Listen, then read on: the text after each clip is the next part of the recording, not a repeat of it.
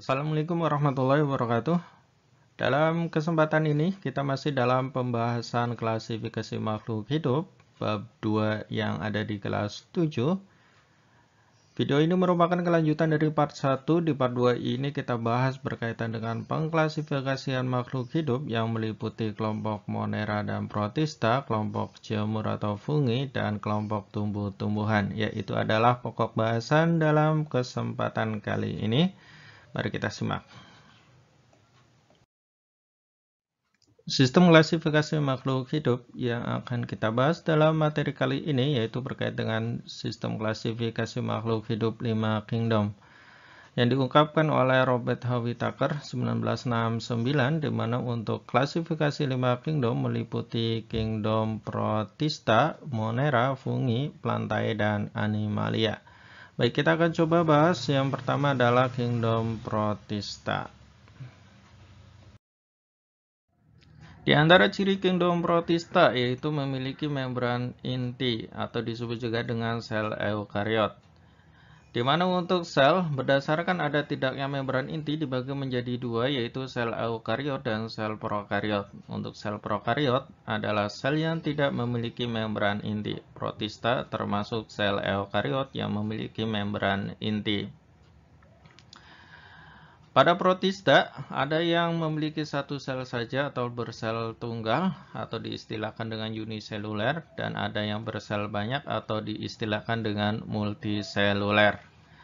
Ya, pada anggota protista yang multiseluler belum memiliki organ seperti batang, akar, ataupun daun, tapi tubuhnya berbentuk lembaran atau seperti benang. Sedangkan untuk protista berdasarkan ukurannya bisa kita kelompokkan menjadi protista mikroskopis, maksudnya adalah protista yang berukuran mikroskopis, kemudian protista yang berukuran makroskopis. Untuk protista berukuran mikroskopis diantara contohnya yaitu ada amuba seperti tampak pada gambar, kemudian ada euglena, ada paramecium.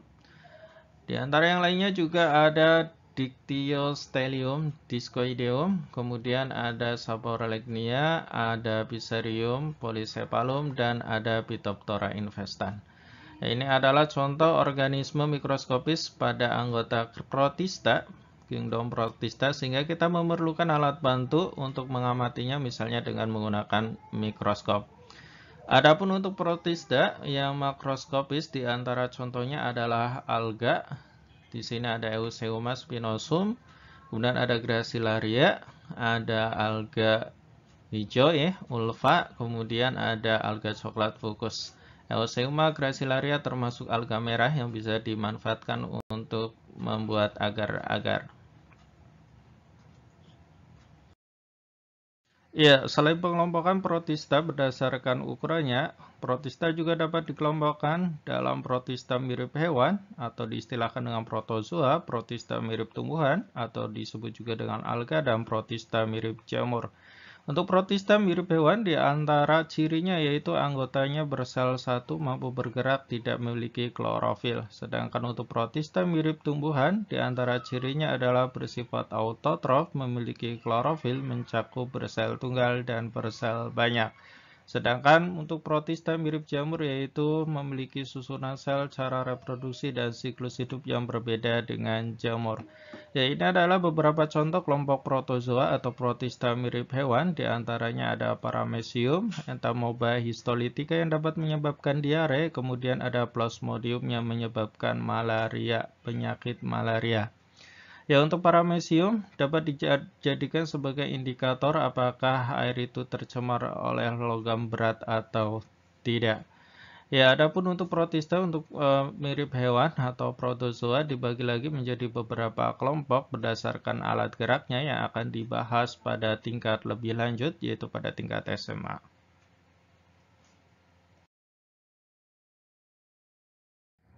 Untuk kingdom Monera, di antara cirinya adalah tidak memiliki membran inti atau kita sebut dengan sel prokariot. Berbeda dengan protista yang sifat selnya adalah sel eukariot. Sel prokariot memiliki ukuran yang lebih kecil dibandingkan dengan sel eukariot. dan memiliki bentuk yang lebih sederhana dibandingkan dengan sel eukariot. Ya, ciri yang kedua bersel tunggal atau kita sebut dengan uniseluler dan mampu bereproduksi dengan cara membelah diri. Ya, ini adalah di antara ciri untuk kingdom Monera. Ya, kelompok yang termasuk kingdom Monera adalah bakteri dan alga biru, di mana untuk contoh dari bakteri yaitu termasuk kingdom prokariot dan berukuran sangat kecil. Ada yang berklorofil, artinya ada bakteri yang mampu mensintesis makanannya sendiri atau membuat makanannya sendiri. Kemudian memiliki peran besar dalam kehidupan di bumi, di antara perannya yaitu mampu untuk menguraikan bahan organik menjadi bahan anorganik. Ya, ini adalah contoh untuk bakteri yang menguntungkan, di antaranya adalah Escherichia coli, yang membantu sistem pencernaan pada manusia, yaitu pembusukan makanan di usus besar, serta pembentukan vitamin K. Kemudian di sini disebutkan dari Rhizobium radiciola, bakteri yang menguntungkan pada tanaman kacang-kacangan atau leguminosae atau polong-polongan. Rhizobium radiciola bersimbiosis pada akar tanaman kacang-kacangan yang berperan dalam pengikatan nitrogen dari udara sehingga membantu kesuburan bagi tanaman kacang-kacangan. Kemudian di sini ada contoh bakteri merugikan, di antaranya adalah Mycobacterium tuberculosis yang dapat menyebabkan penyakit TBC, ada Salmonella typhi yang dapat menyebabkan penyakit tipus, kemudian ada Bacillus anthracis yang dapat menyebabkan penyakit antraks. Ya, ini adalah ciri dan contoh beberapa kelompok untuk bakteri. Sedangkan alga biru diantara cirinya adalah satu-satunya ganggang yang tergolong kingdom Monera, artinya alga biru ini bersifat prokariot. Kemudian bersel tunggal berbentuk benang, bersifat autotrof, artinya dapat membuat atau mensintesis makanannya sendiri. Ya, di antara contoh untuk ganggang biru yang bermanfaat adalah Anabaena azulae yang dapat mengikat nitrogen dari air atau udara dan bersimbiosis dengan tanaman. Kemudian ada spirulina yang dijadikan sebagai sumber makanan protein tinggi. Spirulina termasuk PST, yaitu protein sel tunggal. Ya, ini adalah contoh gambar untuk beberapa kelompok alga biru, diantaranya adalah Prococcus, kemudian ada Chloecapsa, ada Oscillatoria, dan ada Tolipotrix. Di sini ada Merismopedia, dan yang terakhir di sini ditunjukkan ada Chloeotricia.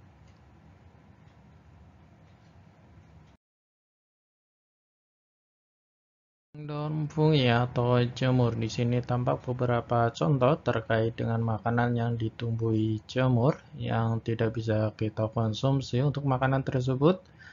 Ada pula jamur yang dimanfaatkan untuk membuat makanan, di antaranya adalah tempe yang dibuat dari jamur rhizopus. Kemudian di sini ada jamur tiram yang dapat kita masak dan dimanfaatkan sebagai bahan makanan. Baik, terkait dengan fungi, ada beberapa ciri yang perlu kita ketahui. Di antara ciri fungi yaitu termasuk sel eukariot, tidak berklorofil sehingga tidak mampu menghasilkan makanan sendiri dan tergantung pada lingkungannya, menghasilkan spora sebagai alat perkembangbiakannya, tidak memiliki akar, batang, dan daun, hidup di tempat yang lembab, memperoleh nutrisi secara saprofit atau parasit. Memperoleh nutrisi secara saprofit yaitu menguraikan bahan organisme yang telah mati.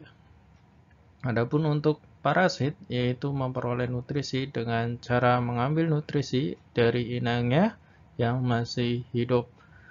Kemudian untuk ciri jamur selanjutnya adalah tubuh terdiri dari benang-benang halus yang disebut dengan hifa. Hifa yang saling bersambungan disebut dengan miselium.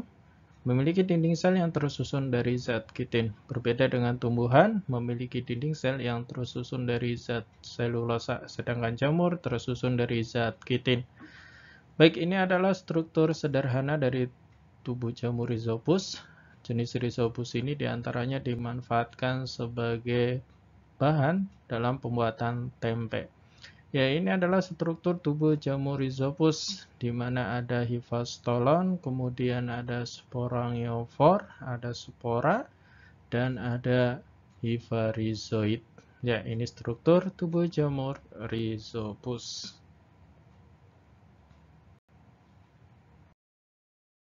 Ya, pada pengelompokan fungi dikelompokkan menjadi 5, diantaranya ada Cydridiomycota atau jamur purba, di mana tubuhnya adalah uniseluler atau terdiri dari satu sel. Kebanyakan hidup di air, kemudian ada yang bersifat saprofit dan parasit menghasilkan spora berflagel.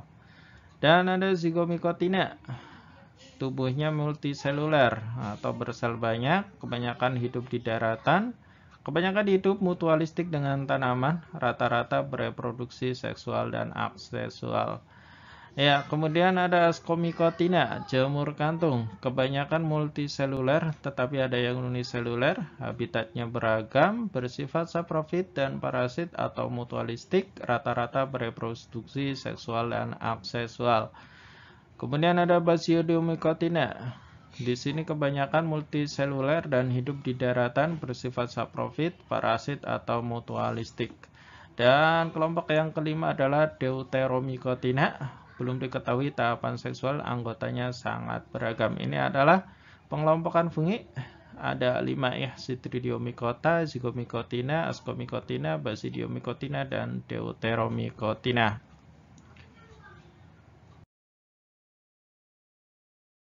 Kingdom yang keempat adalah plantae atau tumbuhan. Di antara ciri untuk plantae yaitu eukariot, multiseluler, tubuhnya disusun oleh banyak sel, memiliki dinding sel yang tersusun dari zat selulosa.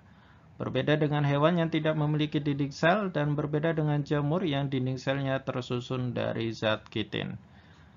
Kemudian ciri selanjutnya adalah memiliki klorofil sehingga tumbuhan atau plantae dapat mensintesis makanannya sendiri melalui fotosintesis. Ya, berdasarkan tidaknya pembuluh pada tumbuhan dikelompokkan menjadi tumbuhan tidak berpembuluh dan tumbuhan berpembuluh. Untuk tumbuhan tidak berpembuluh istilahnya adalah Talophyta, kemudian tumbuhan berpembuluh istilahnya adalah Tracheophyta. Ya, tumbuhan yang termasuk tumbuhan tidak pembuluh atau yang termasuk Talophyta yaitu Bryophyta, yaitu tumbuhan lumut, sedangkan tumbuhannya termasuk Tracheophyta yaitu Pteridophyta atau tumbuhan paku, kemudian ada Spermatophyta, tumbuhan berbiji. Ya, ini adalah pembagian pengelompokan plantae tumbuhan berdasarkan ada tidaknya pembuluh pada tanaman tersebut. Ya, Talophyta yaitu tidak memiliki pembuluh, memiliki rhizoid, yaitu struktur yang menyerupai akar. Akar, batang, dan daun tidak bisa dibedakan. Sedangkan untuk Tracheophyta memiliki berkas pengangkut, kemudian memiliki akar, batang, dan daun sejati, yaitu dapat dibedakan akar, batang, dan daunnya.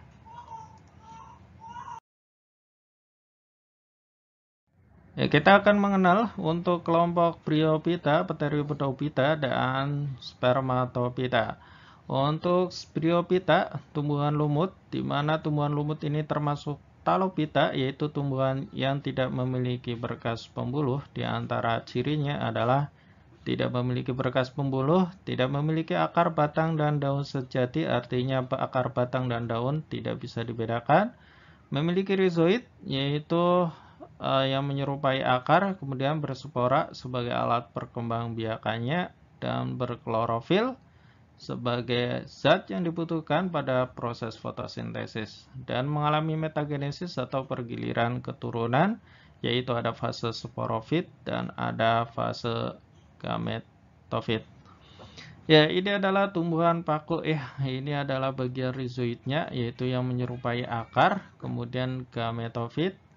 Ini fase gametofit ya. Kemudian ini adalah fase sporofit, fase menghasilkan spora. Ini adalah fase menghasilkan gamet jantan dan gamet betina. Ya, nanti kita akan bahas lebih lanjut di kelas 9 berkaitan dengan perkembangbiakan tumbuhan. Dan ini adalah bagian sporogonium. Ya, untuk ciri-ciri dari Pterodophyta atau tumbuhan paku yaitu memiliki berkas pengangkut. Karena tumbuhan paku termasuk Tracheophyta atau tumbuhan yang memiliki berkas pembuluh. Memiliki akar, batang, dan daun sejati, berspora, menghasilkan spora sebagai alat perkembangbiakannya, dan berklorofil, zat yang dibutuhkan dalam proses fotosintesis. Kemudian mengalami metagenesis, yaitu pergiliran keturunan. Dapat kita bandingkan antara Bryophyta dan Pterodophyta pada poin yang pertama ya, dan poin yang kedua. Ya, ini adalah untuk gambar Pterodophyta. Contohnya ini adalah fase sporofitnya, fase menghasilkan spora, dan ini adalah fase gametofitnya, fase menghasilkan gamet. Ya, bagian tanaman dari tumbuhan paku ada daun yang tidak menghasilkan spora, kita sebut tropofil. Kemudian daun yang menghasilkan spora kita sebut dengan sporofil. Di antara ciri dari tumbuhan paku yaitu pada daun yang muda juga terlihat menggulung. Yaitu adalah ciri-ciri untuk tumbuhan lumut dan tumbuhan paku. Spermatophyta atau tumbuhan berbiji masih satu kelompok dengan tumbuhan paku Pterodophyta dalam tumbuhan yang memiliki berkas pembuluh atau dalam satu Tracheophyta. Sehingga untuk tumbuhan berbiji atau spermatophyta di antara cirinya adalah memiliki berkas pembuluh, kemudian memiliki akar, batang, dan daun sejati, di antaranya juga memiliki klorofil. Hanya saja pada spermatophyta berkembang biak atau alat perkembangbiakannya adalah biji, sedangkan pada tumbuhan paku alat perkembangbiakannya adalah spora. Ya, spermatophyta atau tumbuhan berbiji dibagi lagi menjadi dua kelompok, yaitu ada berbiji terbuka atau gymnospermae dan berbiji tertutup atau angiospermae. Ciri gymnospermae diantaranya adalah biji tidak dibungkus oleh daun buah. Di sini ada biji juniper dan ada biji melinjo yang tidak dibungkus oleh daun buah. Ini adalah diantara contoh bahwa biji tidak dibungkus oleh daun buah. Kemudian alat reproduksi berupa strobilus. Ini adalah strobilus berbentuk kerucut, ada strobilus betina dan strobilus jantan. Kemudian batang besar berkambium. Ada yang berakar tunggang dan ada yang berakar serabut. Daun selalu hijau, sempit, tebal, dan kaku. Ini adalah ciri-ciri untuk tanaman gymnospermae. Di antara contoh tanaman gymnospermae telah kita sebutkan ada juniper, melinjo, pinus, damar, pakisaji, dan lainnya. Pada tanaman berbiji tertutup atau angiospermae, ciri-cirinya adalah bahwa tanaman angiospermae, bijinya dilindungi oleh daun buah, dan daun buah dikelilingi alat khusus yang membentuk struktur pembiakan. Pada tanaman berbiji tertutup atau angiospermae, dikelompokkan lagi menjadi dua, yaitu tanaman monokotil dan tanaman dikotil. Tanaman monokotil, di antara ciri-cirinya atau pembeda dengan dikotil dapat kita lihat di sini.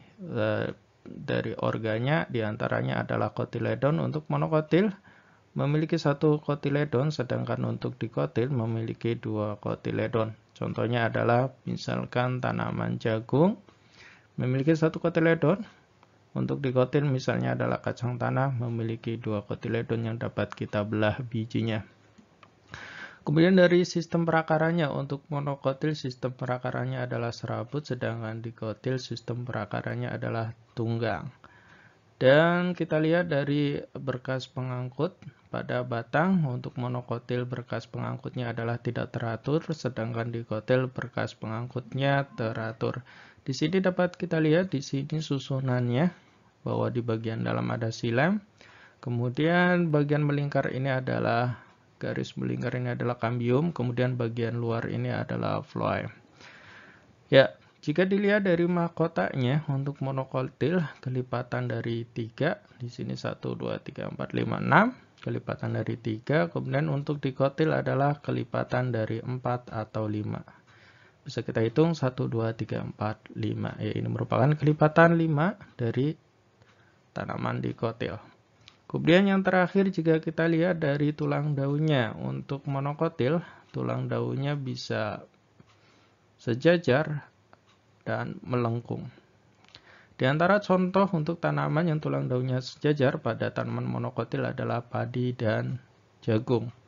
Sedangkan untuk tanaman pada monokotil yang tulang daunnya adalah melengkung, misalkan adalah genjer. Kemudian untuk dikotil, tulang daunnya menjala atau menyirip atau membentuk menjari ya. Misalkan pada tanaman singkong menjari, tanaman pepaya menjari, sedangkan pada tanaman mangga tulang daunnya menyirip, begitu juga pada tanaman jambu. Ya, ini adalah pembeda antara tanaman dikotil monokotil yang bisa kita gunakan sebagai indikator untuk mengelompokkan tanaman monokotil atau dikotil. Kingdom yang kelima adalah Kingdom Animalia. Kingdom Animalia akan kita bahas pada video selanjutnya. Semoga bermanfaat untuk sesi ini. Terima kasih telah menyimak. Sampai jumpa. Wassalamualaikum warahmatullahi wabarakatuh.